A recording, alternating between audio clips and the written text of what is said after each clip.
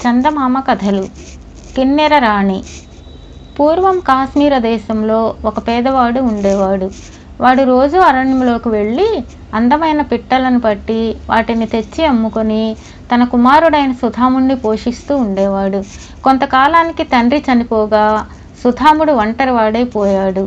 అంత చిన్న వయసులో తనను తానే పోషించుకోవలసి వచ్చింది. తండ్రి పోయిన మర్నాడే సుధాముడు పిట్టల బోను తీసుకొని అరణ్యానికి పోయి బోనును చెట్టు కొమ్మలలో పెట్టి వేచి కూర్చున్నాడు. కొంతసేపటికి అందులో ఏదో పక్షి పడింది. సుధాముడు చెట్టెక్కి చూసేసరికి బోనులో పడినది కాకి అని తెలుసుకున్నాడు. ఆ కాకిని ఎవరు కొంటారు? ఈ పనికిమాలిన పక్షిని ఏం చేయాలా అని సుధాముడు ఆలోచిస్తూ ఉండగా బోనులో పడిన కాకి మానవ కంఠంతో, అయ్యా, నన్ను వదిలిపెట్టినట్లయితే నీకు చాలా ఉపకారం చేస్తాను. రేపటి రోజున నీ బోనులో అతి సుందరమైన పక్షి పడేలా చేస్తాను. దానిని మహారాజు వద్దకు పట్టుకు వెళితే నీకు అంతులేని ధనం వస్తుంది అన్నది. కాకి మాటలు నమ్మి సుధాముడు దానిని బోను నుండి విడిపించాడు. ఆ కాకి చెప్పినట్లే మర్నాడు సుధాముడి బోనులో ఒక మనోహరమైన పక్షి పడింది. అంత అందమైన పక్షిని అతడు ఎన్నడూ చూడలేదు. వాడు దానిని తీసుకుపోయి మహారాజుకి ఇచ్చేసరికి మహారాజు చాలా సంతోషించి సుధాముడికి అంతులేని బంగారం ఇచ్చాడు. అంత బంగారం ఏం చేసుకోవాలో వాడికి తెలియలేదు. అంత ధనం వచ్చినా సుధాముడి కష్టాలు మాత్రం తీరలేదు. ఎందుకంటే కాశ్మీర మహారాజు దగ్గర విదూషకుడు ఒకడు ఉండేవాడు. ఒక పక్షి కోసం మహారాజు సుధాముడికి అంత ధనం ఇవ్వటం చూసి విదూషకుడికి కడుపు మండింది.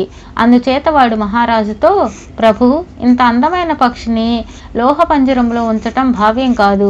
దీనికోసం ఏనుగు దంతంతో చక్కని ఇల్లు నిర్మించండి అన్నాడు. ఇల్లు నిర్మించేటంత ఏనుగు దంతం ఎక్కడ దొరుకుతుంది అన్నాడు మహారాజు.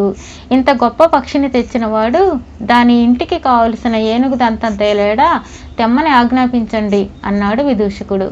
మహారాజు సుధాముణ్ణి పిలిపించి, నీవు తెచ్చిన పక్షికి ఒక దంతహర్మ్యం కట్టదలిచాం. దానికి అవసరమైన దంతాలు పట్టుకురా. 40 రోజులు వ్యవధి ఇస్తున్నాను, లేకపోతే నీ తల తీసేస్తాను అని కఠినంగా ఆజ్ఞాపించాడు. సుధాముడు విచారంగా ఇంటికి వెళ్ళాడు. అంత దంతం తెచ్చుకోవడం మహారాజుకు సాధ్యం కాకనే తనకి ఈ పని పెట్టాడని, తనకు చావు తప్పదని అతడికి తెలిసింది. ఇంతలో కాకి వచ్చి, ఏమి యజమాని, ఎందుకంత విచారంగా ఉన్నారు అని అడిగింది. తన కష్టాన్ని సుధాముడు కాకితో చెప్పాడు. దీనికి ఇంత విచారపడాలా?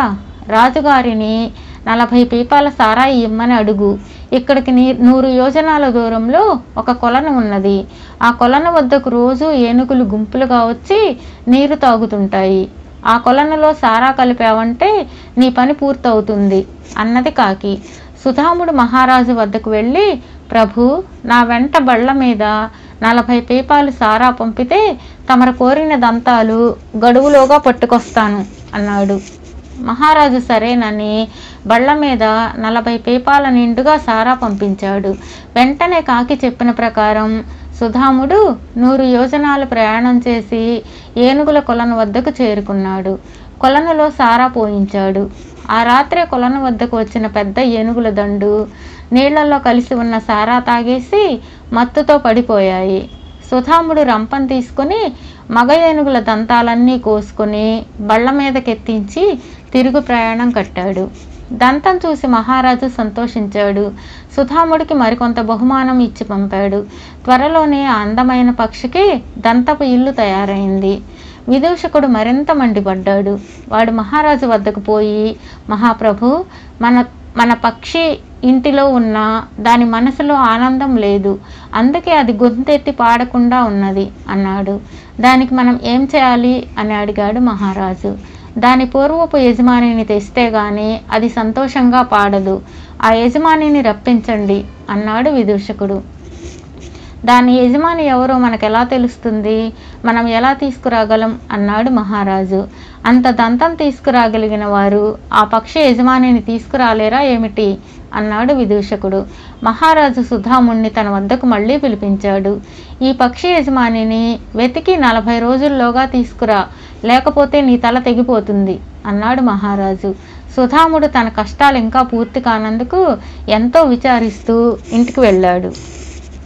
సుధాముడు వద్దకు కాకి మరలా వచ్చి, ఏం యజమాని, ఎందుకంత విచారంగా ఉన్నారు అని అడిగింది.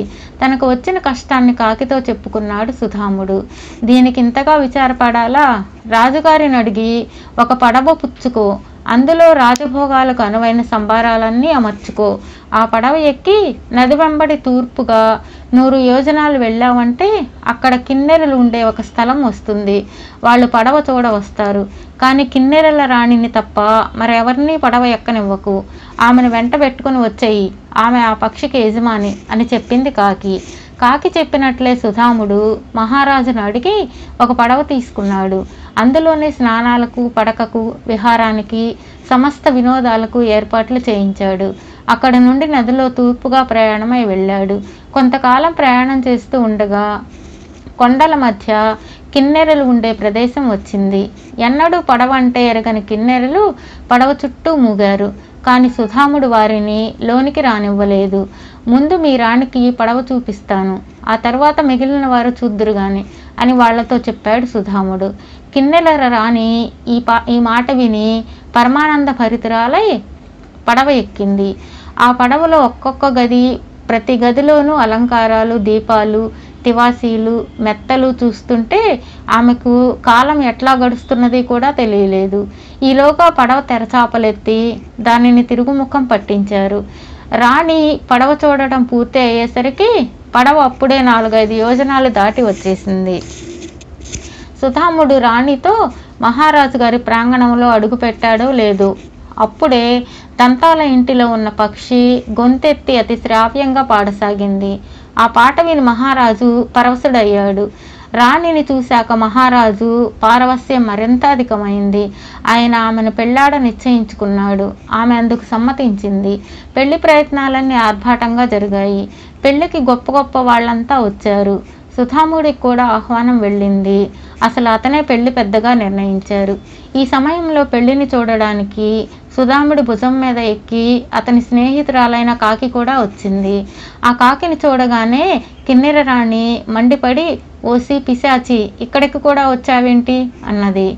ఈ కాకి నాకు ఆప్త స్నేహితురాలు, ఈమె వల్ల ఏదన్నా అపచారం జరిగి ఉంటే క్షమించండి అని రాణిని వేడుకుంటూ సుధాముడు ఆ కాకి వల్ల తనకు జరిగిన సహాయం వివరించాడు.